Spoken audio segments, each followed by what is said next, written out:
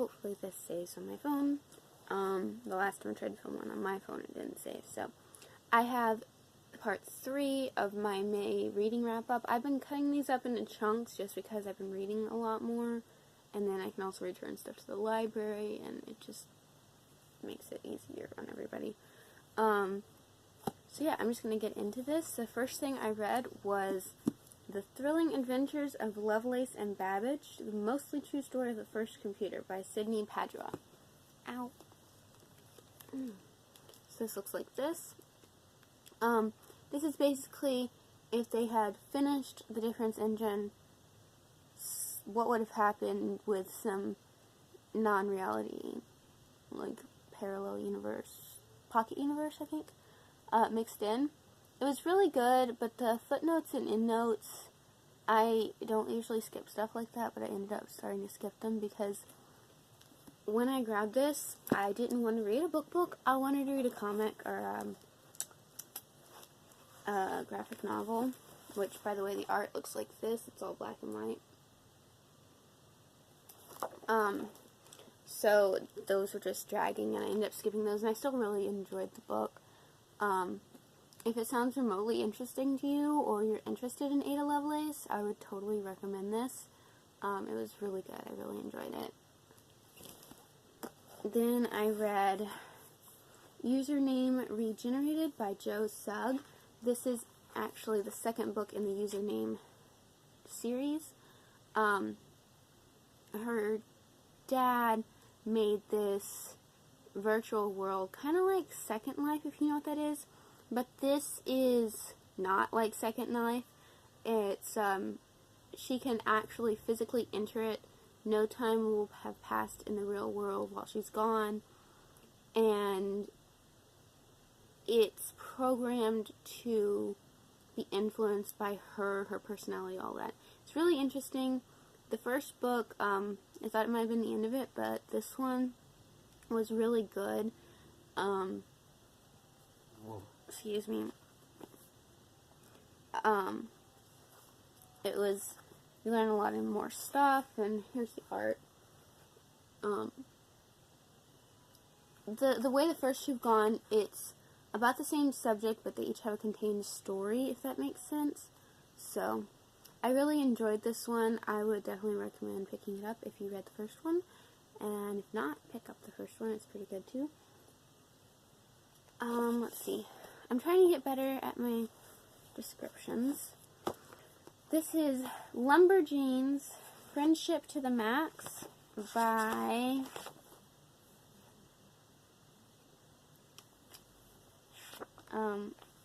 Stevenson. This is volume 2. I'm not on Goodreads right now. I'm like just looking at the books. So, here we go. Written by Noelle Stevenson and Grace Ellis. So, there's that. I wasn't too interested in the first volume. This one ties up that storyline and has some modern mythology elements. So, I enjoyed this one a lot better. Here's the art.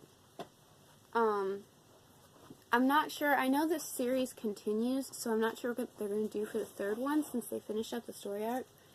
But I hope I enjoy it like I did this one. The concept is, you know, a bunch of girls at summer camp, and it's a girls' camp, and blah, blah, and there's magic and stuff. And it's okay, it's not bad. I just wasn't really into the first one, but the modern mythology aspects in this one really made me interested, because I'll be interested in anything like that. So I hope I'm still interested in the third one as much, but we'll see. Then I read Monstrous, Volume 2, The Blood by Marjorie Liu. I still don't know what's going on. Like, I comprehend what I'm reading, but I still, this is just very, like, high fantasy. And I don't have a problem with high fantasy. It's just, I can't explain any of what I'm reading, even to myself. I'm enjoying it, but yeah. So here's some of the art for this. And I've got Book 3 isn't out yet, but it's coming, and I've got it ordered from the library for when it does come out. Some libraries put stuff where you can, like, they have it pre-ordered, so you can, like, pre-order it from the library. So you can do it with some books, but you can't do it with all books. It's weird with my library system. My library is part of a big system that smells to the state. It's so nice. Okay. And then I read Adultolescence, written and illustrated by Gabby Hanna. This is a poetry book. Let me see if I can find. It does have, like, illustrations. So, like, here's some. That's probably not a good representation, but yeah. It was okay. There were some that I actually enjoyed, and I can tell that when I'm like, oh, Alex, you need to read this one, because Alex is a poetry person. I'm not a big poetry person, but for poetry, it was good. There was a couple, I agree with what other people said, there was a couple that even I could tell, that, like, you're just trying to add another page. But, I still enjoyed it as much as I enjoy poetry. Dear, since you're sitting there, I read you some of these and showed you some of these. What did you think of the ones that you read?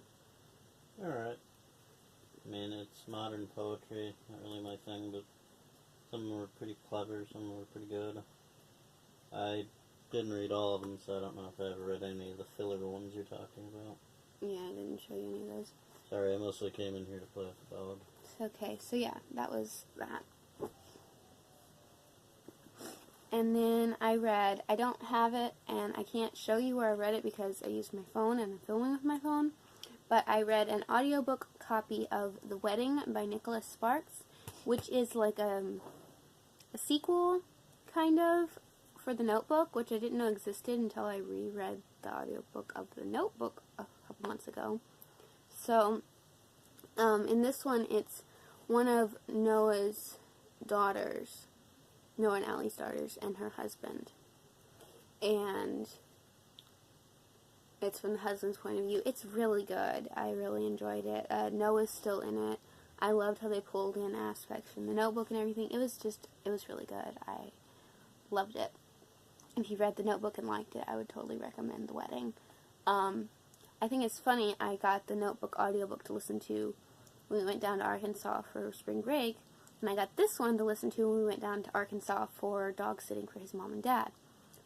But I couldn't listen to it on the way down because we need to fix our air conditioner. So we had the windows down, so I couldn't hear my headphones. So I listened to it some driving around Fayetteville in his mom's car. And River and I had to come home before Alex and Layla did. Layla's our dog, River's our daughter. So coming home, it was half in Alex's mom and dad's car, so I got to listen to my audiobook in there. And then the other half was in mom and dad's car, so I was going to listen to it, but mom and dad were being social, so I didn't get to. But I got to finish listening to it going down, like an hour away to visit a friend of mine, so that was, I had the windows mostly up so that I could hear my audiobook on the stereo, and I was sweating and disgusting by the time I got there, but I finished my book and it was really good, so all the information you didn't want to know. So the next thing I read was Redefining Our Relationships, Guidelines for Responsible Open Relationships by Wendy O. Maddock. There, that's it. This is basically exactly what it says. It's a really short, quick, easy read. It had some good information in it. I don't really have anything to say. It was good. It was good for what it is. And then I read the next Serenity graphic novel. There we go. Which is number 3. This is The Shepherd's Tale. So if you watch Firefly, if you watch Serenity, you know that we never really get answers to Shepherd Book's past, and this is those answers. This is his story, which made me absolutely happy. I loved reading this because I've always been so ridiculously curious about what his story was. So, and you're reading it, and you're like, oh, okay, this is what it is. And then something else happens. And so it's really good. if you're into Firefly or Serenity at all, just read this. It's so good. See if I can find you. Here's some of the art. I wasn't a huge fan of the art, but the story was so worth it. And then cooler than that. This dog. And then I read March, Book 2 by John Lewis. This is kind of like a memoir of the civil rights movement from John Lewis's point of view. I'm not huge into black and white graphic novels, but I don't know if it's done on purpose, but I like how this one is in black and white, because I think the civil rights movement and everything, it really makes you actively think about segregation while you're reading it. So, Your phone is playing? like I said, this was book 2. There's one more that I've got ordered. I'm enjoying it. If you're remotely interested in it, I would recommend reading it, and I would recommend reading it anyway, because I learned about some stuff that I didn't really know about the civil rights movement. So, give me just a second. So, yeah, that's everything I've read so far for this chunk.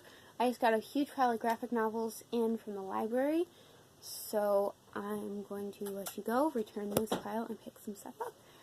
Don't forget to subscribe. If you have any questions or comments or want to talk about any of these books, put it down in the comments. I'd love to hear it. Talk to you guys next time. Bye.